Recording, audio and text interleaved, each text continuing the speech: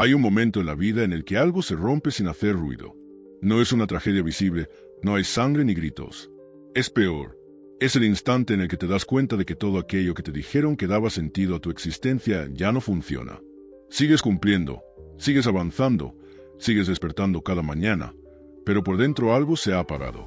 No estás triste, estás vacío. Y ese vacío no viene del fracaso, sino de la lucidez.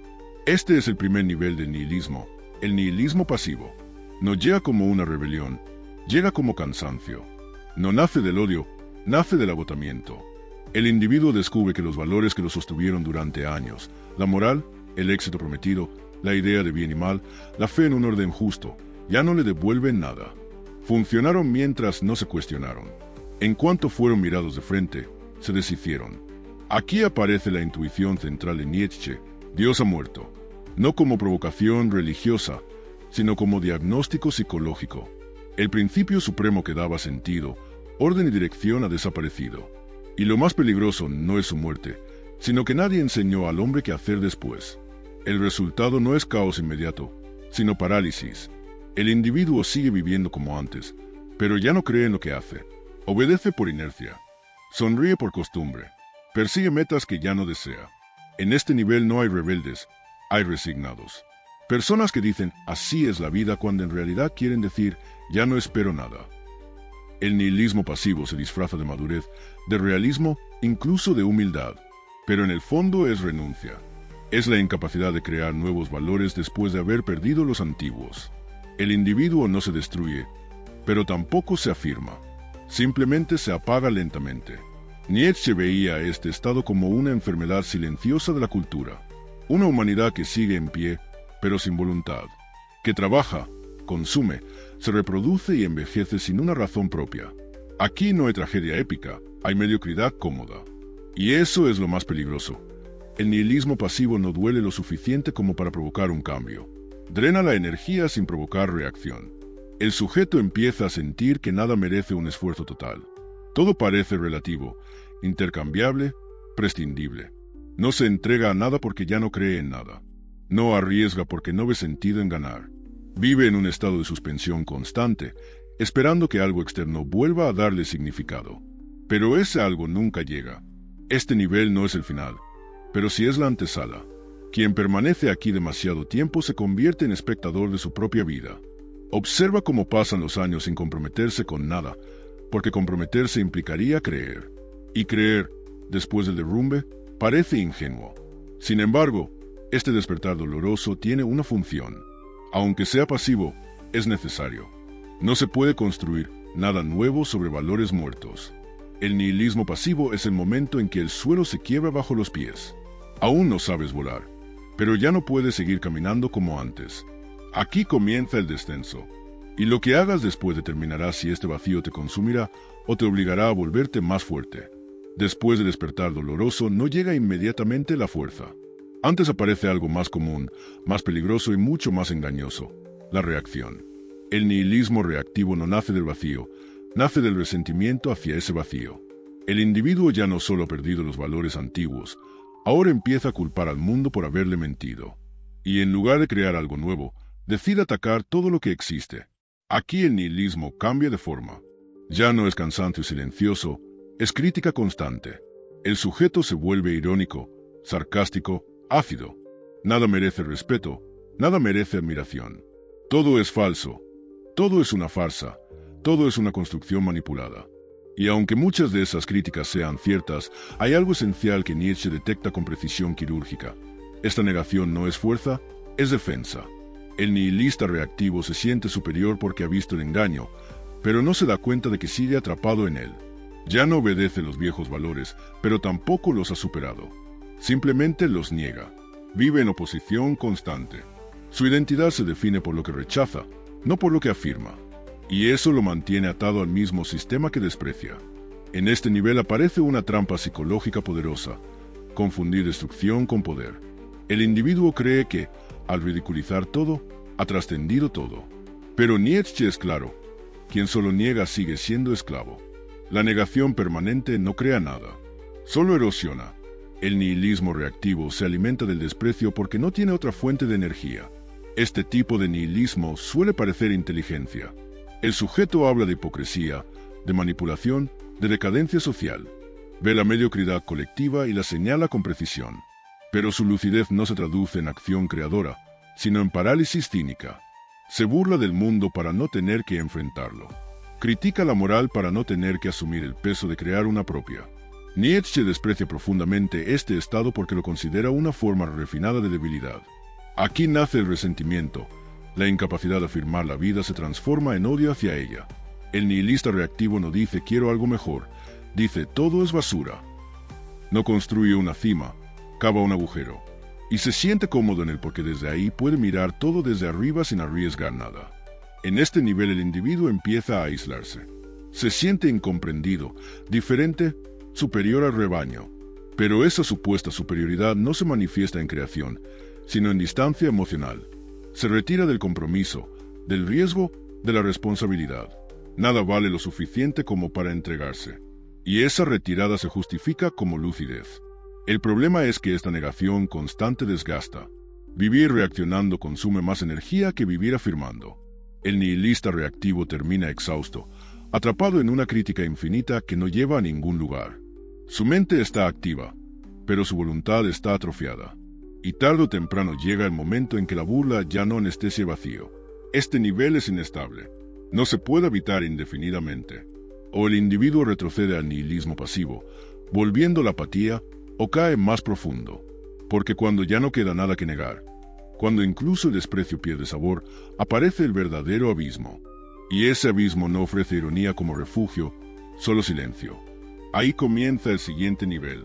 Cuando la negación ya no alivia, cuando el cinismo se desgasta y la ironía pierde fuerza, el individuo cae en un estado más profundo y peligroso.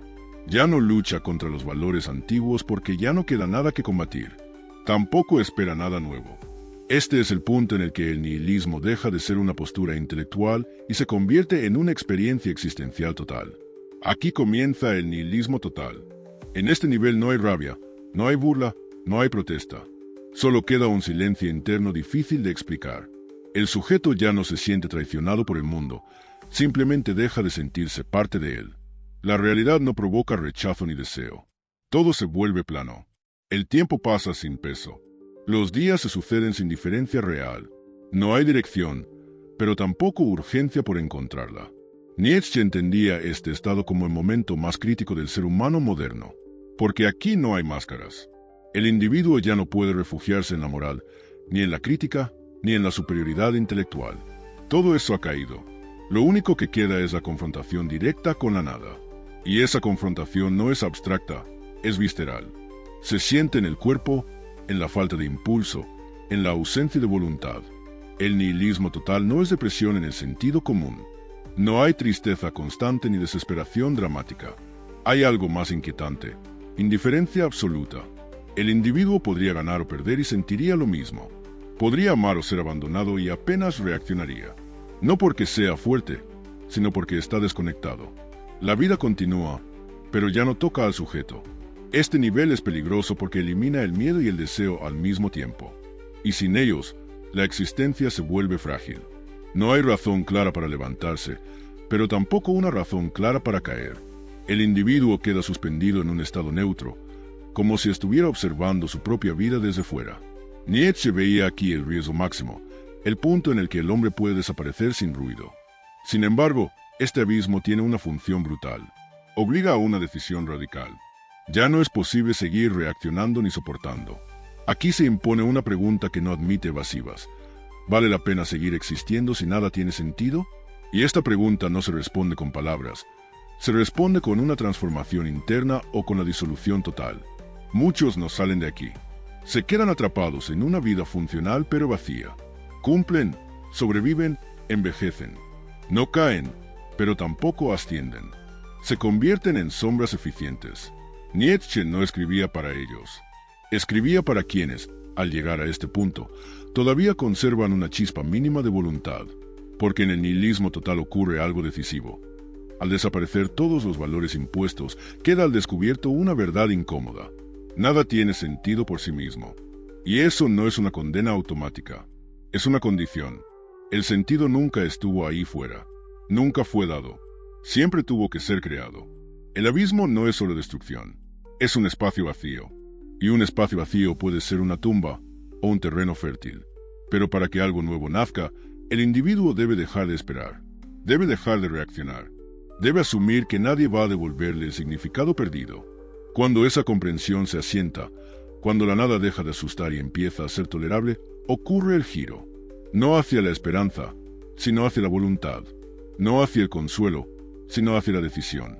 Desde este punto solo hay dos caminos: desaparecer lentamente o romper con todo y empezar a crear desde cero. Ahí comienza el siguiente nivel. Después del abismo no llega la luz. Llega algo más peligroso, la decisión. El nihilismo activo no es optimismo ni fe recuperada. Es una postura dura, consciente y profundamente solitaria. Aquí el individuo ya no huye del vacío ni intenta negarlo. Lo acepta como punto de partida. Y esa aceptación, por primera vez, genera fuerza. Nietzsche marca una diferencia clara entre quienes se quiebran ante la nada y quienes la utilizan. El nihilismo activo es la transformación del vacío en herramienta. El individuo entiende que los valores antiguos no solo han muerto, sino que merecen morir. Ya no hay nostalgia por lo perdido. Hay voluntad de demolición consciente. No por rabia, sino por claridad. En este nivel la negación deja de ser reactiva y se vuelve estratégica. El sujeto ya no destruye por resentimiento, destruye para liberar espacio. Sabe que no puede crear mientras siga atado a estructuras que no eligió. La moral heredada, las expectativas sociales, las promesas de sentido prefabricadas, todo eso se convierte en un lastre. Y aquí aparece una frase implícita en todo el pensamiento nietzscheano. Primero hay que limpiar el terreno. El nihilista activo no se queja del mundo. No pierde tiempo denunciando su decadencia. Asume que el mundo es lo que es y que nadie va a rescatarlo.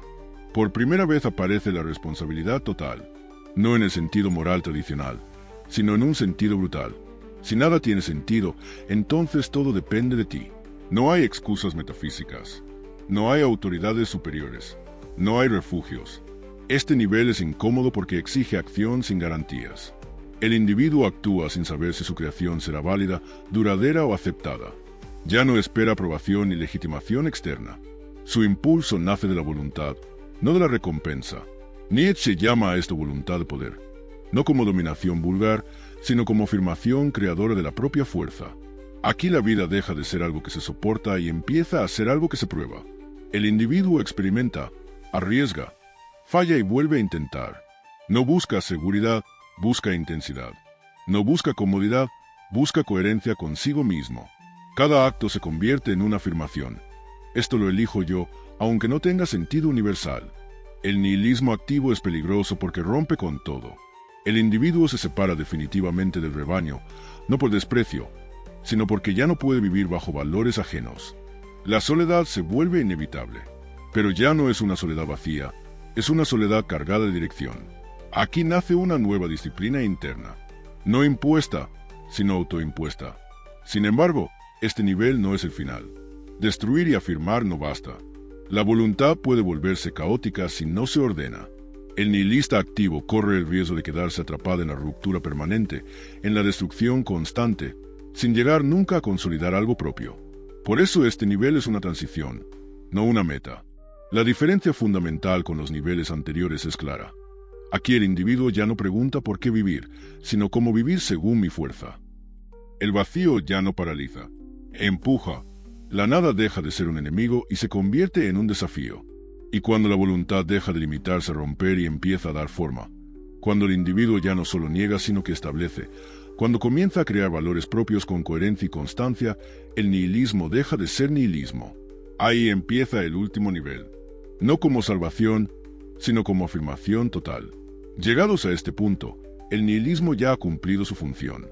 Todo lo que debía caer, cayó. Todo lo que era prestado, heredado o impuesto ha sido destruido. El individuo ya no vive reaccionando, ni huyendo, ni soportando. Ahora se encuentra ante una situación radicalmente nueva. No hay valores dados, no hay sentido previo, no hay dirección externa. Y, por primera vez, eso no pesa. Libera.